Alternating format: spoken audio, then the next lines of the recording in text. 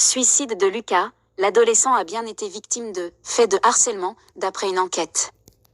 Près de 2 ans après les faits, une enquête administrative conclut à des faits de harcèlement concernant Lucas, qui s'était donné la mort à 13 ans. Bientôt 2 ans. Le 7 janvier 2023, après avoir écrit un mot exprimant sa volonté de mettre fin à ses jours, Lucas s'était donné la mort à Golby, Vosges. À 13 ans. Un événement qui avait suscité un émoi national, d'autant que ses proches avaient dénoncé des faits de harcèlement, révélant les moqueries et insultes à caractère homophobe dont l'adolescent s'était dit victime de la part d'élèves de son collège. L'Éducation nationale avait alors demandé une enquête, qui vient de rendre ses conclusions. Le jeune homme a bien été victime de harcèlement de la part d'autres élèves, a indiqué mardi le ministère, confirmant une information de Paris Match.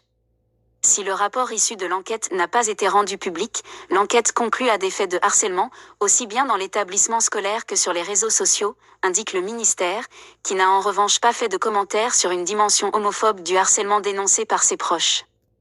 Le dossier a été versé à la justice, parce que la famille se pourvoit en cassation, et après, ça sera à la justice de faire son travail, indique-t-on rue de Varennes. 4 adolescents de son collège, poursuivis pour harcèlement ayant entraîné le suicide, ont été condamnés en première instance, sans que le lien entre le harcèlement et le suicide de Lucas ne soit retenu. Ils ont ensuite été relaxés en appel.